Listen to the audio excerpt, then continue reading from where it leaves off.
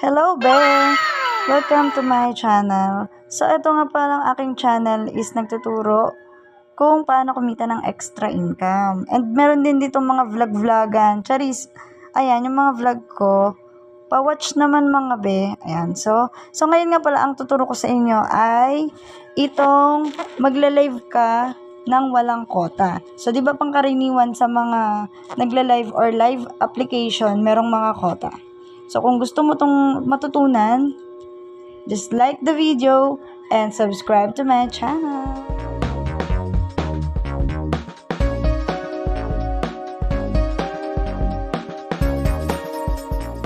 So, okay, nandito na tayo kay Voya App. So, wala pa pong Voya App, meron po dyan sa aking link, dyan sa description.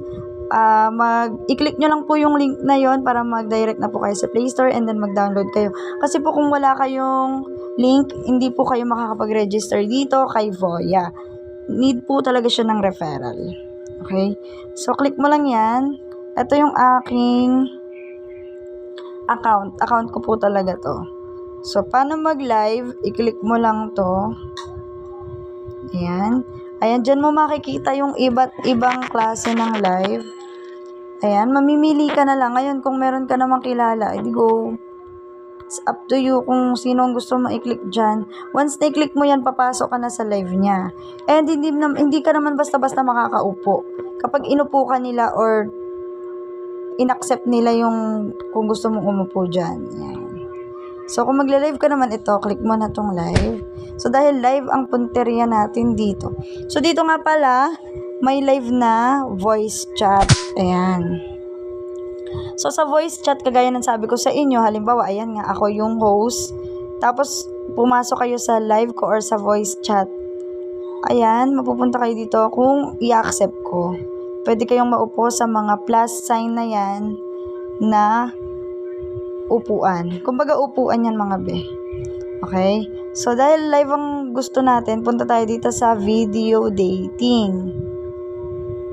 Ayan. So, makikita nyo na ako. Hello. Ayan po. Makikita nyo dito mga be ha. Wala siyang filter. Sobrang light lang ng filter ni Voya. Kaya, I suggest na mag-makeup ng kahit ano lang. Simpleng foundation, lip tint, mga ganun lang. Simplihan mo lang be, ganun lang. Ayan. And, lagay mo dito yung iyong caption sa live mo. Tapos, i-click mo na tong start. Pero dahil hindi naman ako magla-live ngayon, hindi ko pa siya i-click. So, ganun lang mga be, napaka-simple lang.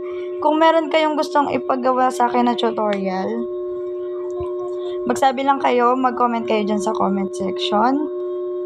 Para next video natin is magawa natin ng video tutorial. Hanggang sa muli mga be.